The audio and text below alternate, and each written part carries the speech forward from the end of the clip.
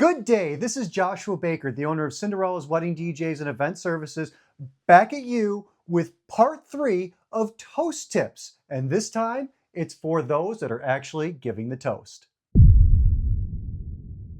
Aside from knowing that they're actually giving a toast, the person speaking is going to need to know where they're going to stand, and you probably don't know that either.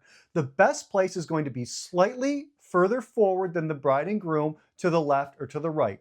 Not behind the bride and groom, because now all the photos are going to be of the two of you looking backwards at the person giving the speech, and if they're directly in front of you, well, they're blocking you. So if they're slightly to the left or right and slightly in front, then they can look back at you, you can look slightly up at them, and the framing for your photos are going to be absolutely perfect. All right, so you might not have thought about this one. A lot of times people that are scheduled to be giving a speech or a toast have never done any public speaking in their life ever, or very limited amounts of it. So they might be terrified of getting up in front of an audience. You might not know that, but they do. So they might not be thinking about how they sound on a microphone. They might simply be thinking about what they're going to say, how they're going to say it, and how they're going to get through it. So let's cover exactly how your people can hold a microphone to sound the very best from the moment they put their hands on it. The person coming up to give a toast is going to want to pay a little bit of attention to how I am holding the microphone. Now, I'm going to speak a little bit louder than most, so I will adjust to them, but they're going to see me hold the microphone between 3 and 5 inches away from my mouth, which is exactly where they need to have the microphone when they are giving their speech. Now, it's important to keep it right here, because once you do this, you need to bring the microphone back to center. It has to be in front of your mouth. Although an omnidirectional mic can help with this, and dialing it in at the board where we're bringing in the audio can also help, we want you to sound amazing from the very start. So you're going to want to hold the microphone 3 to 5 inches away from your mouth, pointed at your mouth, and let's not talk with our hands. So how long should these speeches be? Now, when you're writing a speech, know this: one full page typed in 12-point font, double spaced, is 1 minute.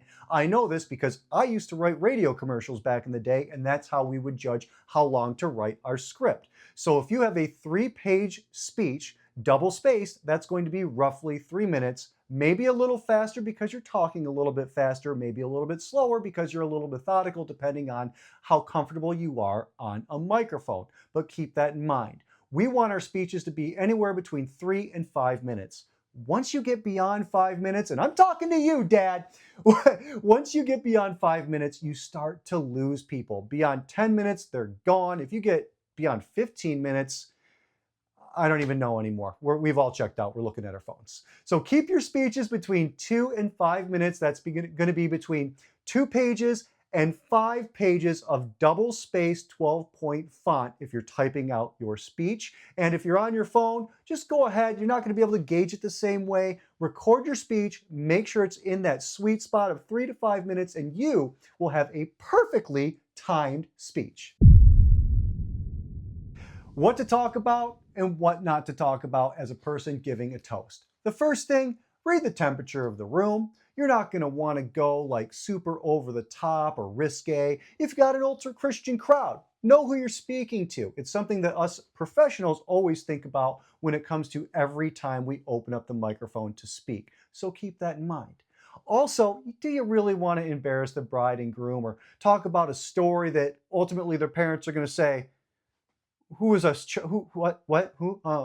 child you're speaking of? That's not my daughter. She didn't sneak out at 2 in the morning to go do those heinous things. No, you're going to want to keep it somewhat PG to PG-13. Don't swear a bunch on the microphone. Don't get on there and start being the person that wants to roast everyone. This is not a roast. This is a time for us to honor the bride and groom, maybe share a cute story, get some thank yous, a round of applause, grab your champagne, and have a seat. So let's make sure we keep it classy on the microphone and don't go too far into the dark stuff with the bride and groom. All right, toasters, we've covered where to stand, how to be heard properly, how long to talk, and how to keep it classy and make sure that you don't embarrass the bride and groom or even yourself.